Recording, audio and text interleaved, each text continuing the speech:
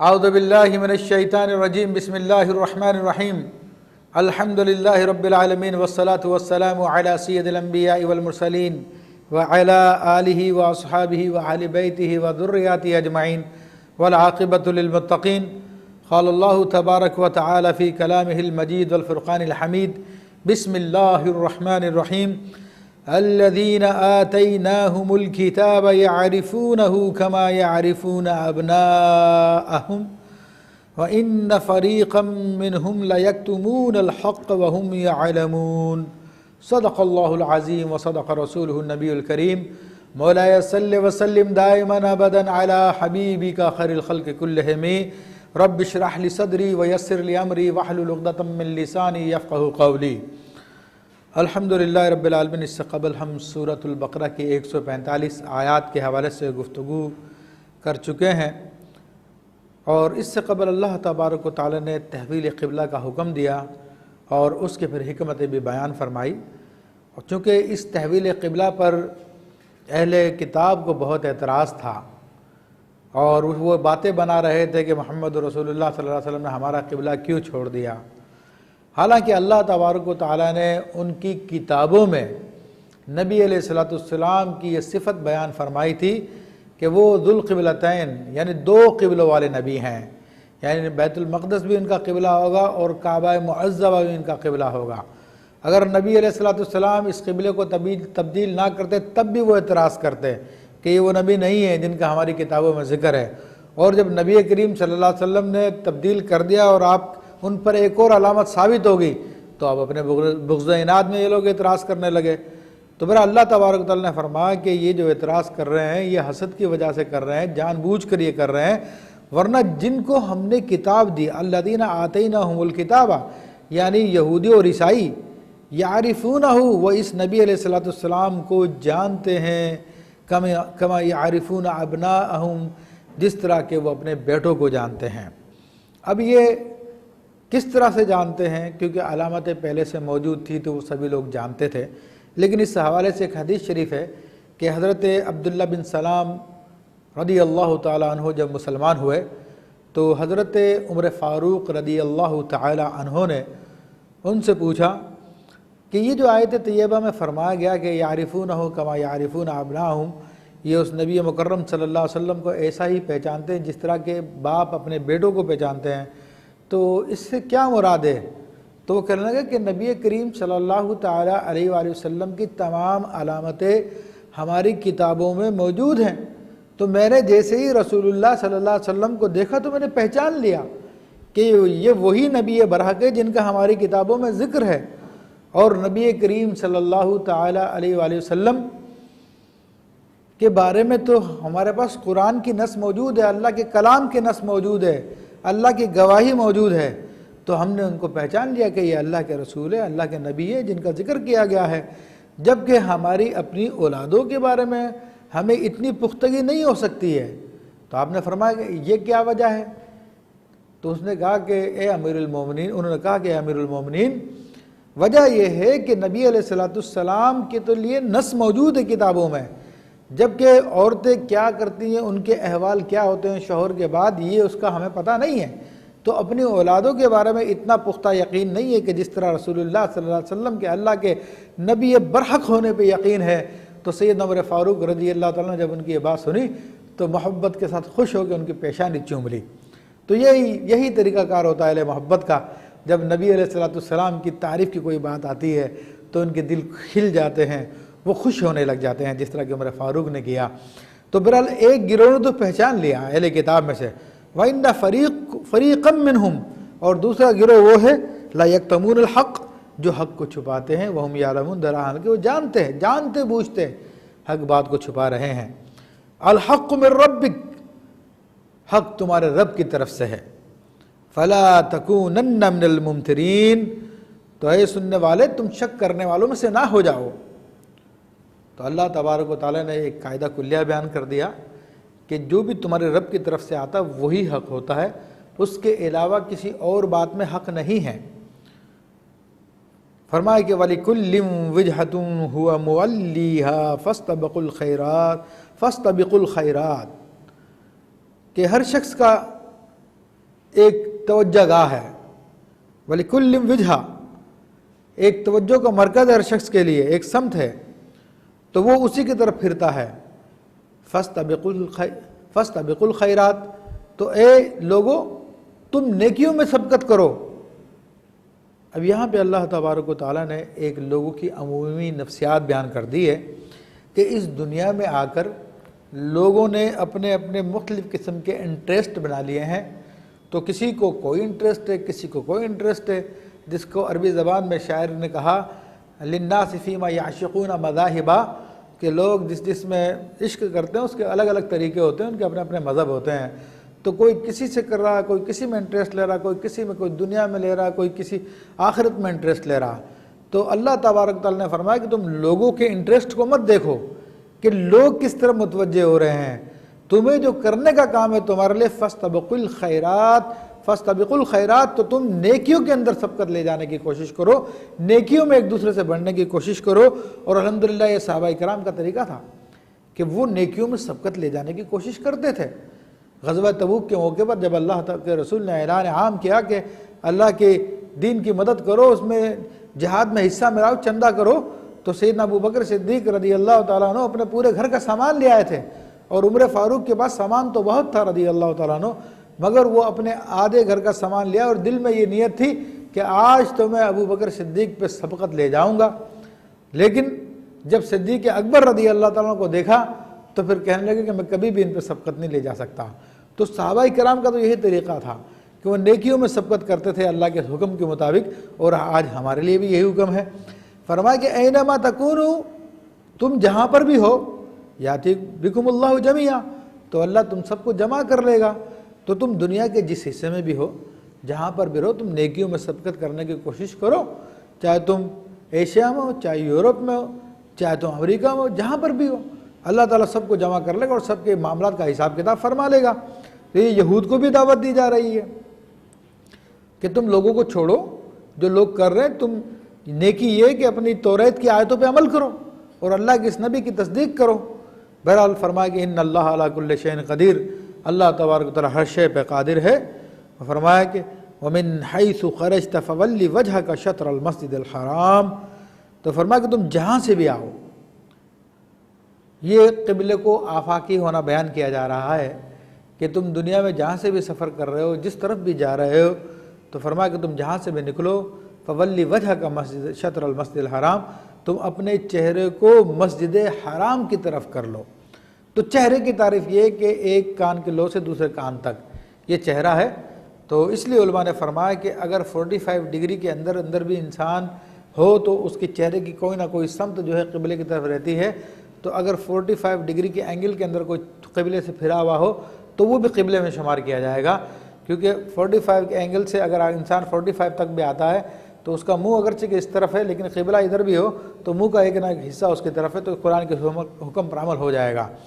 فرمایا کہ وَإِنَّهُ لَلْحَقُّ مِن رَبِّكَ، اور بے شک یہ قبلے کی طرف منہ کرنا یہ تمہارے رب کی طرف سے حق ہے۔ وَمَا اللَّهُ بِغَافِلٍ عَمَّا تَعْمَلُونَ، اور جو تم کر رہے ہو اللہ اس سے غافل نہیں ہے۔ تو یہودیوں کو بھی تحریر کر دی گئی ہے کہ یہ جو نبی مکرم صلی اللہ علیہ وسلم نے قبلہ تبدیل کیا اپنی خواہش سے نہیں کیا ہے، یہ اللہ تعالیٰ کے حکم سے ہی کیا ہے۔ اور ارشاد فرمایا کہ وَمِنْ حَيْثُ خَرَجْتَ فَوَلِّ وَجْهَكَ شَطْرَ الْمَسْجِدِ الْحَرَامِ، اور فرمایا کہ محبوب تم جہاں سے بھی نکلو اپنے چہروں کو مسجد حرام کی طرف کر لو۔ اسی حکم کو اللہ تبارک و تعالیٰ نے دوبارہ بیان فرمایا، اور اس سے پہلے بھی یہی حکم فرمایا کہ حیث ما کنتم فولوا وجوہکم شطرہ، کہ تم جہاں کہیں بھی ہو تم اپنے چہروں کو مسجد حرام کی طرف کر لو۔ تو اللہ تبارک و تعالیٰ نے تحویل قبلہ کے پیچھے 3 علتیں بتائی تھی، تو اسی اعتبار سے 3 دفعہ اس کے حکم کو بھی دہرایا گیا۔ اور ارشاد فرمایا لَإِن لَا يَكُونَ لِلنَّاسِ عَلَيْكُمْ حُجَّةٌ، تاکہ لوگوں کو تمہارے خلاف کوئی حجت قائم کرنے کا موقع نہ ملے، تم پر کوئی اعتراض کرنے کا موقع نہ ملے۔ تو اللہ تعالیٰ یہ حکم دے رہا ہے، جب اللہ کے حکم پر جب آپ قبلے کو تبدیل کر رہے ہیں تو کون کیسے اعتراض کر سکتا ہے؟ تو ان کا اعتراض تو فالتو ہی ہوگا۔ تو فرما دیا کہ إِلَّا الَّذِينَ ظَلَمُوا مِنْهُمْ، سوائے یہ کہ جن لوگوں نے ظلم کیا ہے، جو حسد و تکبر کی وجہ سے اس آپ کے دین کا انکار کر رہے ہیں، وہ تو بہرحال اعتراض کریں گے ہی، تو ان کے اعتراض کی کوئی پرواہ بھی نہیں ہے، کیونکہ وہ معاند ہیں، وہ حاسد ہیں، ان کے سارے کے سارے اعتراضات کسی دلیل پہ مبنی نہیں ہیں، اس لیے ان کے اعتراض کی پرواہ بھی نہیں کی جائے گی۔ فلا تخشوہم واخشونی، تو ان سے نہ ڈرو، مجھ سے ڈرو۔ وَلِيُتِمَّ نِعْمَتِي عَلَيْكُمْ وَلَعَلَّكُمْ تَهْتَدُونَ، اور یہ جو میں نے تمہیں قبلہ تبدیل کرنے کا حکم دیا ہے تو وہ اس لیے دیا ہے تاکہ میں پوری کر دوں اپنی نعمت تم پر، تاکہ تم لوگ ہدایت یافتہ ہو جاؤ۔ تو اب یہ دیکھ لیجئے قبلے کی تبدیلی کا حکم بھی جو اللہ تبارک و تعالیٰ دے رہا ہے اس میں بھی مومنین کا فائدہ ہے، مسلمین کا فائدہ ہے، اور اللہ اپنی نعمتوں کو تمام کرتا چلا جا رہا ہے، کیونکہ یہ وہ قبلہ ہے جو سیدنا آدم علیہ السلام کا قبلہ رہا، نوح علیہ السلام کا قبلہ رہا، ابراہیم علیہ السلام کا قبلہ رہا، تو یہ اللہ کی اپنی نعمتوں کو تمام کرنا ہے۔ پھر ارشاد فرمایا کما ارسلنا فیکم رسولا منکم یتلو علیکم آیاتنا ویزکیکم ویعلمکم الکتاب والحکمہ وَيُعَلِّمُكُم مَّا لَمْ تَكُونُوا تَعْلَمُونَ۔ تو اب جیسے اللہ فرما رہا ہے کہ میں تم پر اپنی نعمتیں تمام کر دوں، تو نعمتیں تمام کرنے کی ایک کڑی یہ بیان کی گئی کہ قبلے کی طرف، یعنی اب بیت اللہ شریف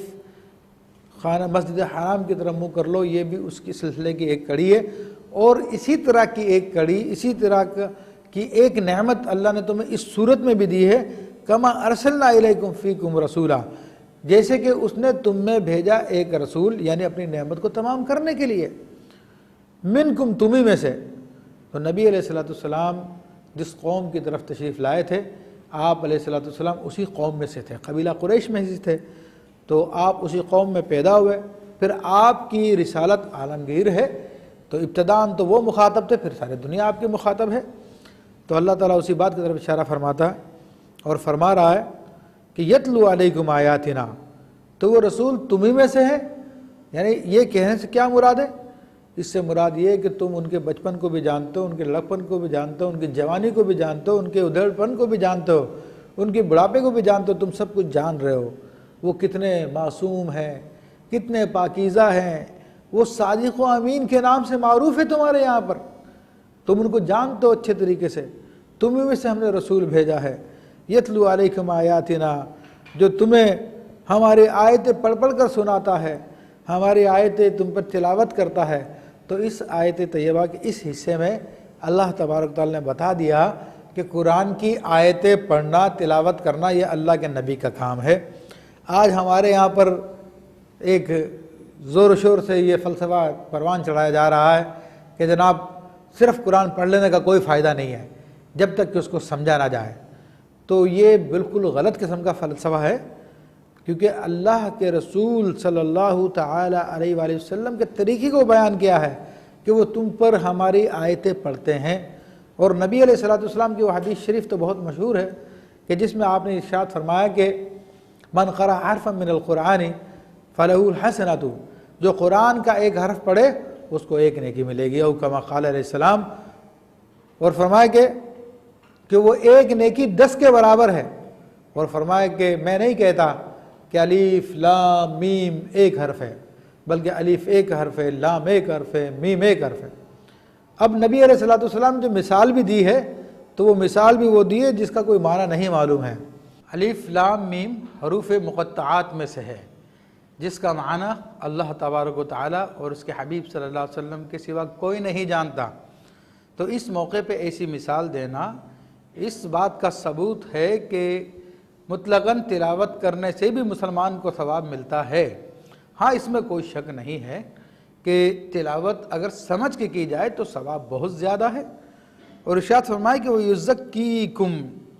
اور وہ تمہارا تزکیہ کرتے ہیں، یعنی تمہیں شرک اور کفر و گمراہی کی نجاستوں سے نکالتے ہیں، تمہیں نفسانی خواہشات سے نکالتے ہیں، اور تمہیں نیکیوں سے مزین کرتے ہیں، اچھے اخلاق سے مزین کرتے ہیں۔ تزکیہ کا مطلب تو یہی ہے کہ تحلی بالفضائل، کہ فضائل سے، اچھی باتوں سے اپنے آپ کو مزین کرنا،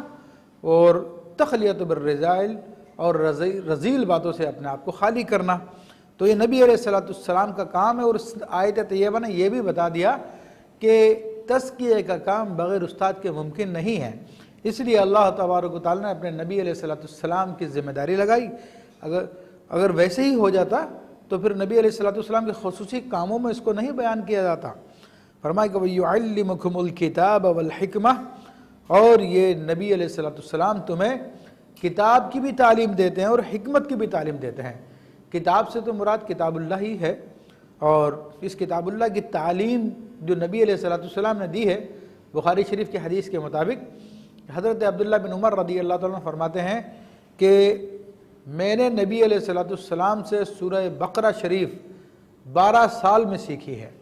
اور میرے والد سیدنا عمر بن خطاب رضی اللہ تعالیٰ عنہ نے سورہ بقرہ 8 سال میں سیکھی ہے۔ تو اب دیکھیں، سکھانے والے اللہ کے نبی ہیں اور سیکھنے والے فصیح اللسان عربی زبان کے ماہر، جن کی مادری زبان عربی ہے، سیدنا عمر بن خطاب رضی اللہ تعالیٰ عنہ ہیں۔ تو صرف ترجمہ جان لینے کا نام کتاب سیکھنا نہیں ہے، بلکہ اس کے بہت اسرار و رموز ہے۔ والحکمت، اور حکمت کی بھی تعلیم دیتے ہیں، اور حکمت سے مراد پختہ علم، یعنی علماء فرماتے ہیں علم فقہ اس سے مراد ہے، اور بھی اس کے بہت مرادیں ہیں، لیکن جو معروف ہے میں نے ذکر کی۔ وَيُعَلِّمُكُم مَّا لَمْ تَكُونُوا تَعْلَمُونَ، اور تمہیں وہ چیزیں سکھاتے ہیں جو تم نہیں جانتے ہیں۔ تو یہ اللہ تبارک و تعالیٰ نے اپنے حبیب علیہ الصلوۃ والسلام کی ذمہ داری لگائی، علم دین سکھانا اور بہت ساری باتیں سکھانا۔ ارشاد فرمایا کہ فَاذْكُرُونِي أَذْكُرْكُمْ، تم میری یاد کرو میں تمہاری یاد کروں گا۔ تو یہاں پہ اللہ تبارک و تعالیٰ نے اپنے ذکر کا حکم دیا ہے، اور ذکر سے مراد یاد ہوتی ہے۔ تو یہ اللہ تبارک و تعالیٰ نے کتنا فضل فرمایا کہ بندوں کا کام تو یہی ہے کہ اپنے آقا کو یاد کریں، لیکن آقا کی یہ ذمہ داری نہیں بنتی ہے کہ اپنے بندوں کو یاد کریں۔ تو کسی بھی امت کو اللہ تبارک و تعالیٰ نے یہ انعام نہیں دیا، یہ امت محمدیہ صلی اللہ علیہ وسلم پہ خصوصی فضل فرمایا کہ تم میری یاد کرو تو میں تمہاری یاد کروں گا۔ اب اللہ تعالیٰ کی یاد، اللہ کے ذکر 3 طرح سے کیے جاتے ہیں۔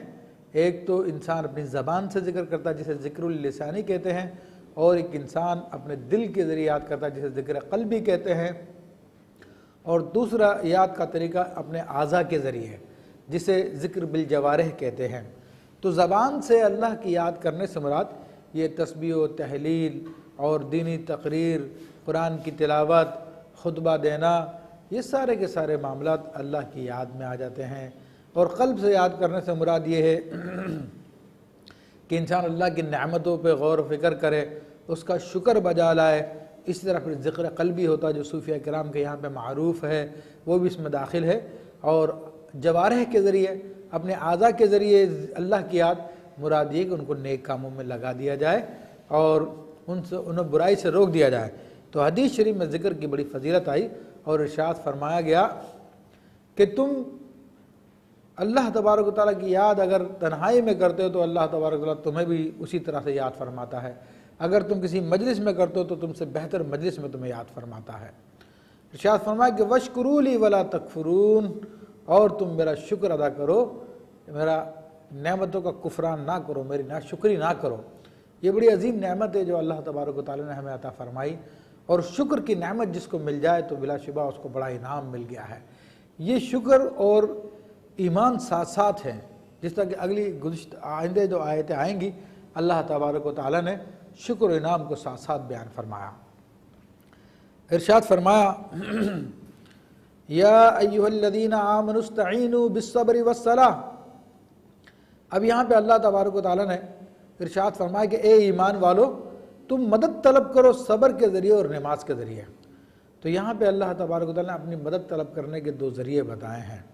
ایک نماز کے ذریعے، ایک صبر کے ذریعے اور نماز کے ذریعے۔ صبر تو یہی ہے کہ انسان اپنے آپ کو اللہ کے احکام پر صبر کرے،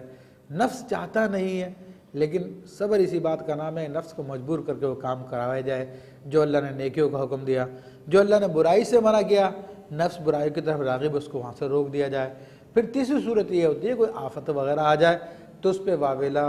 شور شرابہ نہ کیا جائے، بلکہ یہ ہمارے رب کی جانب سے اس کو برداشت کیا جائے کہ اللہ نے میرے لیے یہی مقدر فرمایا۔ تو یہ تمام صورتوں پر اپنے آپ کو روکے رکھنا، اللہ کی اطاعت پہ روکے رکھنا، اللہ کے شکر پہ روکے رکھنا، یہ صبر ہے۔ اور پھر فرمایا کہ نماز کے ذریعے بھی صبر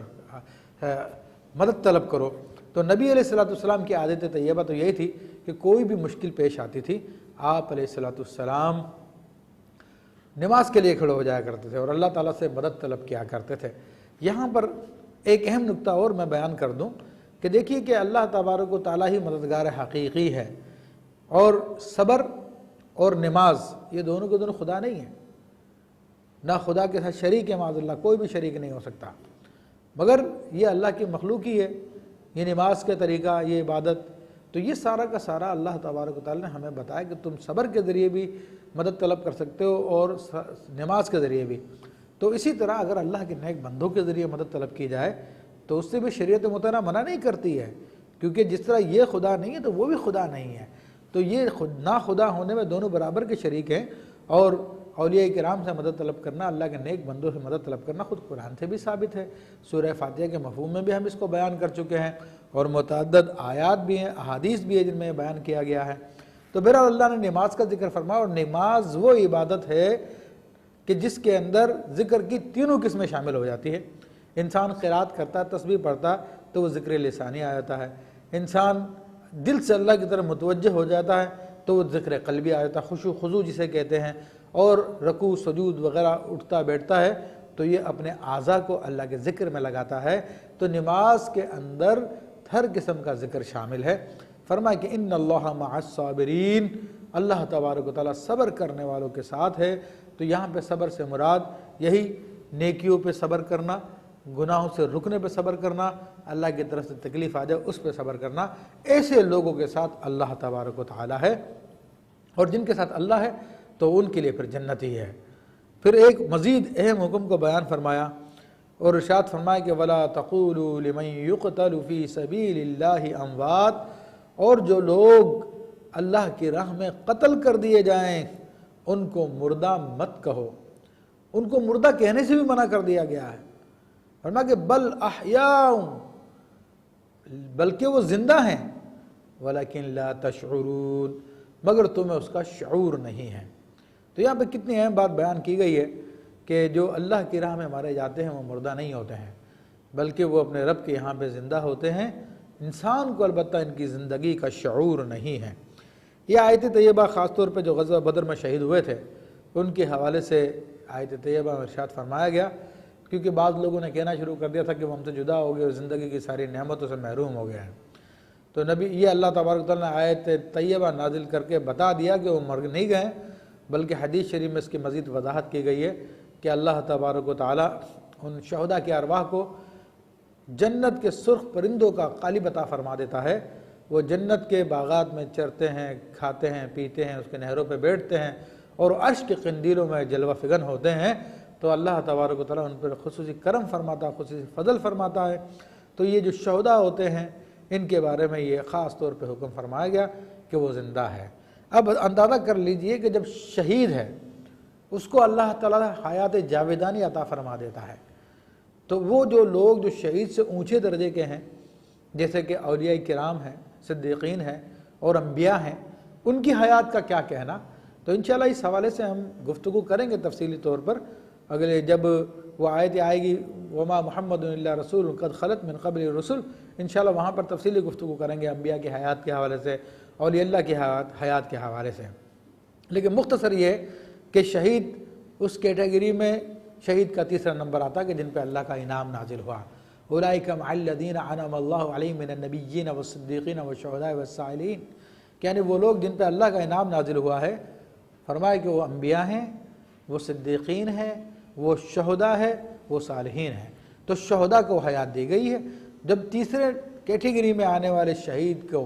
اللہ تعالیٰ اس فضیلت سے نواز رہا ہے کہ اس کو حیات عطا فرماتا ہے، تو ظاہر سی بات ہے، ایک عام قاعدے کی بات ہے کہ جو اس سے اوپر گریڈ کا ہے یعنی صدیقین ہے اس کو بدرجہ اولیٰ یہ نعمت حاصل ہوگی، اور جو نبی ہے اس کو بدرجہ اولیٰ یہ نعمت حاصل ہوگی، ان کو بھی حیات جاویدانی اللہ تبارک و تعالیٰ عطا فرماتا ہے۔ تو یہاں پہ اللہ تبارک و تعالیٰ نے اس بات کی وضاحت کر دی ہے، اور ان تمام آیتوں میں بڑا اہم ہمیں درس دے دیا گیا ہے، بڑی اہم بات بتا دی گئی ہے کہ اے لوگو تم اللہ تبارک و تعالیٰ کا ذکر کرو، اس کی یاد کرو کہ تمہاری زندگی کا مقصد یہی ہے اس کی پہچان کرنا، اور اس کا شکرانہ ادا کرو، اس کی کفران نعمت نہ کرو، اور پھر اگر تمہیں کوئی دقت پیش آ جائے، کوئی پریشانی پیش آ جائے تو تم صبر سے کام لو، اور پھر خصوصی مدد طلب کرنے کے لیے اللہ تبارک و تعالیٰ کی بارگاہ میں نماز ادا کرو تاکہ اللہ تبارک و تعالیٰ تم پہ خصوصی کرم فرمائے، جیسے کہ اس سے پچھلے رکوع میں ہم وضاحت کر چکے ہیں کہ نماز کے ذریعے کس طرح اللہ تبارک و تعالیٰ مدد فرماتا ہے، اور پھر اللہ تعالیٰ صبر کرنے والوں کے ساتھ ہے، اور پھر شہیدوں کے حیات کے حوالے سے بتا دیا گیا ہے کہ جو لوگ بھی اللہ کی راہ میں مارے جاتے ہیں وہ اپنی زندگی کا مقصد حاصل کر لیتے ہیں، دنیا کی نگاہوں میں تو وہ دنیا سے اوجھل ہو جاتے ہیں، مگر اپنے رب کے یہاں پر ان کو حیات جاویدانی عطا فرما دی جاتی ہے۔ وَلَكِنْ لَا تَشْعُرُونَ، لیکن تمہیں اس کا شعور نہیں ہے، اور جس بات کا شعور نہ ہو تو یہاں سے قاعدہ کلیہ ظاہر ہو گیا، تو اس کا انکار نہیں کرنا چاہیے۔ اللہ تعالیٰ نے یہاں پہ منع فرما دیا ہے کہ ان کو مردہ بھی مت کہو اگرچہ کہ تمہیں شعور نہیں ہے۔ تو یہ قاعدہ کلیہ بہت ساری باتوں میں کام آئے گا کہ بعض لوگوں کو دیکھا گیا ہے جو بات سمجھ نہیں آتی اس کا ڈینائی کر دیتے ہیں، تو اللہ تعالیٰ یہاں پہ بتا چکا ہے جو تمہیں سمجھ میں نہ آئے تو ضرور نہیں ہے کہ وہ نہ ہو،